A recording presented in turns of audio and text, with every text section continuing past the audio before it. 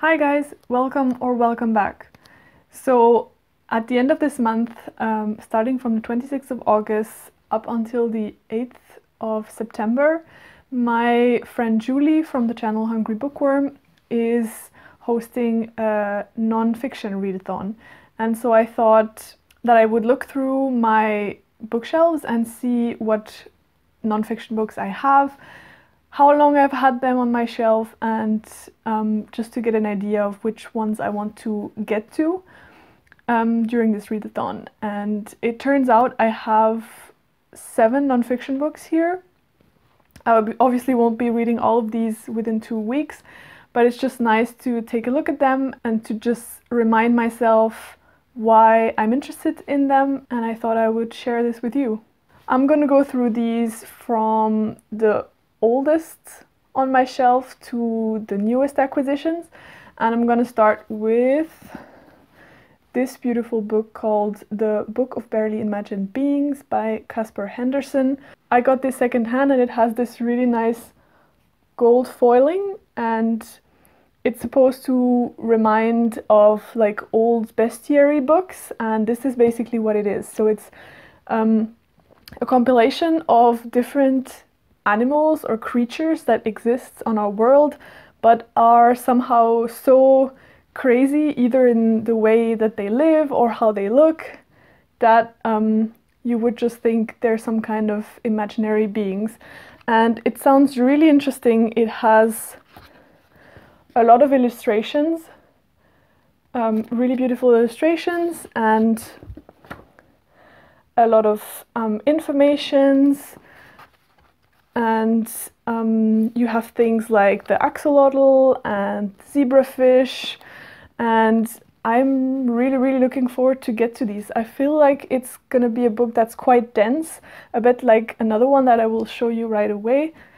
So I don't think it's something that you can get through really fast. This might be something that I can read over the course of several months and can dip in and out of, but I'm still really interested in this. It looks really good, and it seems also really well documented with lots of sources. So yeah, I'm really looking forward to this. The next one on my list is one that you have seen before on this channel on a haul, and it's Why I'm No Longer Talking to White People About Race by Reni Eddo-Lodge.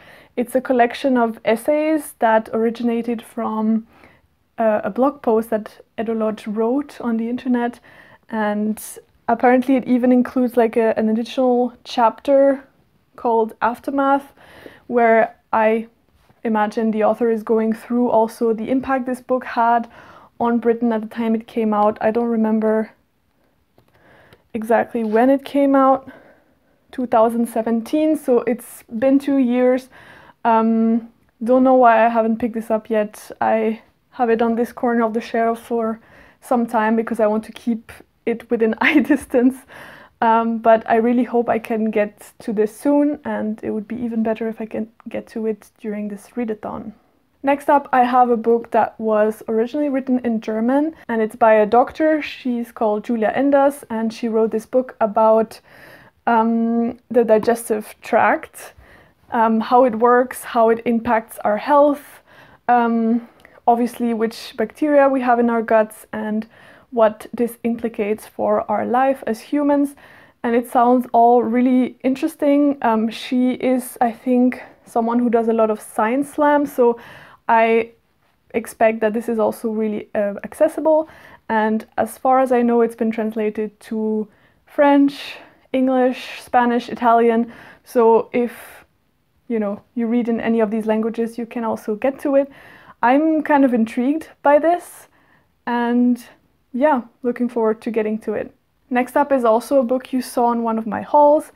It's this beautiful book, Medieval Bodies, which deals with the perception of the human body in the medieval times. And that's the other book that to me also does seem quite dense. It's also really well documented. You have a lot of pictures and sources from manuscripts, and it basically goes from head to toe, like quite literally. And what this body part meant in these times. And I think it also goes into superstitions and medical science at that time concerning these specific body parts. So yeah, this sounds like super interesting. I think I'm just kind of intimidated by it, but I want to get to it. Next up, I have a book that I picked up when I was back home. So it's in French, and I'm sorry, but I don't think there's a translation yet, at least.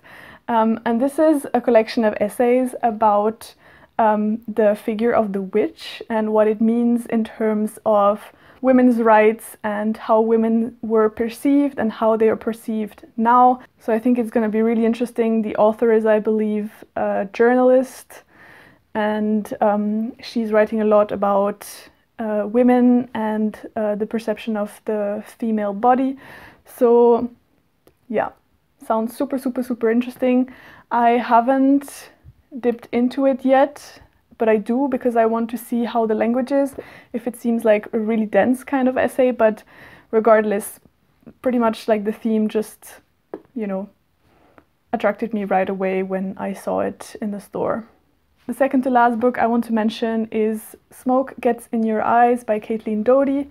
If you've been watching me a couple of months back, I was reading Doughty's second nonfiction book, and which was about burial practices around the world, and this is her first book, and she is a mortician who is campaigning a lot about awareness about burial practices, what it means for the environment, what it means for like taking control of our own bodies in death. And this is a memoir kind of thing, I'm pretty sure, because she kind of talks about her experience training as a mortician and the things she's learned about death, about life from this. And I really enjoyed her second book, so I'm really excited to get to this one. And this could also be a contestant for the Readathon.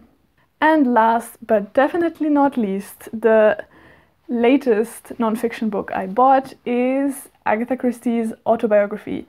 If you've watched my July wrap-up, you will see that it's been quite an Agatha Christie heavy month for me, and I also discovered some of her non-crime fiction books, and basically I just want to learn everything about this woman's life now, because I just keep learning about new facets of her personality, and I just really want to be surprised by her and by her life.